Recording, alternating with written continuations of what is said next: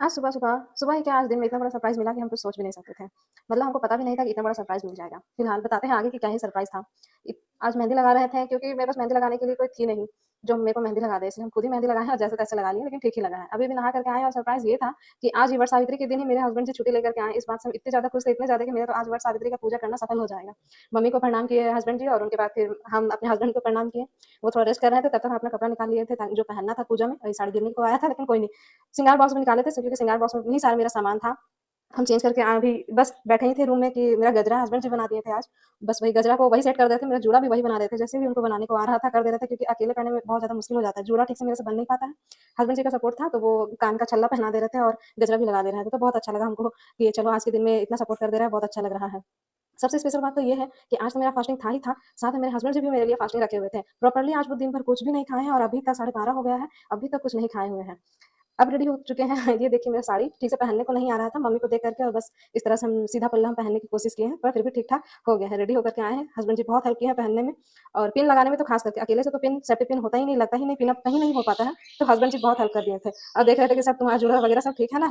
तो हम बोले कि हाँ ठीक है, थैंक यू उसके लिए। उसके बाद बस रेडी हो ही चुके थे, तो हम लोग दोनों डिसाइड कर रहे थे कि अब चलते हैं मंदिर क्योंकि 12:30 के बाद मुहूर्त था, तो बहुत ज़्यादा टाइम हो जाएगा। तो जहाँ पर सावित्री का पेड़ था, जहाँ बर्फ का पेड़ था, वहीं पे हम लोग चले गए पूजा करने के लिए। वहाँ बहुत ज़्यादा भीड़ था, इतना ज़्यादा भीड़ था कि कुछ कहने का नहीं। क्योंकि आज मौसम इतना ज़्यादा सुहाना था, इतना अच्छा था कि लग रहा था थोड़ा देर में बारिश हो जाएगा। इस वजह से आज भीड़ भी बहुत ज़्यादा था क्योंकि लोग सुबह-सुबह पूजा करने नहीं आए थे, मुहूर्त ही 12 बजे के बाद से था। इसलिए सब लोग 12 बजे के बाद आए थे, तो बहुत ज़्यादा भीड़ था। जहाँ पे हम रहते हैं, वहाँ पे मेरा किसी से कोई पहचान नहीं है, इसलिए पूजा करने के लिए हम और मेरे हस्बैंड दोनों ही आए हुए थे। हस्बैंड जी मेरे को लेकर के आए हुए थे पूजा करने के लिए। बगल की आंटी मिल गई थी, तो उनको हम सिंदूर दान कर रहे थे और साथ ही और कुछ महिलाएँ थी जिनको सिंदूर दान करना चाहिए, तो बस सिंदूर दान कर रहे थे सभी को और प्रणाम कर रहे थे, जहाँ तक हम सक्षम थे। पूजा करने के बाद हम घर आ चुके थे, घर आने से के बाद पता चला कि मेरा हुलिया बहुत ज़्यादा खराब हो गया था, लेकिन बहुत ज़्यादा थक भी गए थे। घर आने के बाद हम हस्बैंड जी का पैर पूजन करने के लिए शुरू कर दिए थे और कुछ प्रक्रिया हम मंदिर में ही कर लिए थे। जब वट सावित्री पूजा करके आए, तो कुछ प्रसाद हम मंदिर के लिए भी अलग से ले गए थे भोलेनाथ का दर्शन करने के लिए और पूजा करने के लिए। तो वहाँ पे पूजा करने के बाद ही हम लोग कुछ देर तक मंदिर के प्रांगण में बैठे रहे थे, जिसकी वजह से थोड़ा और लेट हो गया था हम लोगों को घर आने में, 2:30 बज गया था। तो घर आने के बाद में पता चला कि मौसम में बहुत ज़्यादा चेंजिंग आ रहा है, बारिश होने ही वाला है, तो हम लोग सोचे जल्दी से पैर पूजन कर लेते हैं, उसके बाद लाइट वाइट सारा कट जाएगा, तो फिर क्या ही करेंगे और भी बहुत सारा काम भी घर में बिखरा पड़ा था। हस्बैंड जी कुछ खाए नहीं थे, तो उनको कुछ-कुछ फल्स, फ्रूट्स ये सब खिला दे रहे थे और फिर हस्बैंड जी को लगा कि हम भी कुछ खाएँगे क्या? तो हम बोले नहीं, मेरे लिए तो आज निर्जला है इसलिए हम नहीं खाएँगे। हस्बैंड जी मज़ाक कर रहे थे कि पंखा चलने से क्या फ़ायदा है, भगवान जी तो ऑटोमैटिक इतना आज हवा दे रहे हैं कि कुछ कहने का नहीं।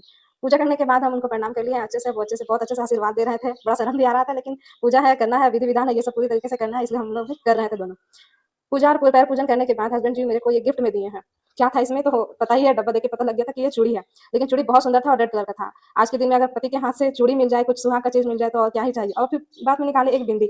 बहुत अच्छा बिंदी लग रहा था, हम बहुत कम ही यूज़ करते हैं, लेकिन जब लाए हैं तो लगाएँगे बिल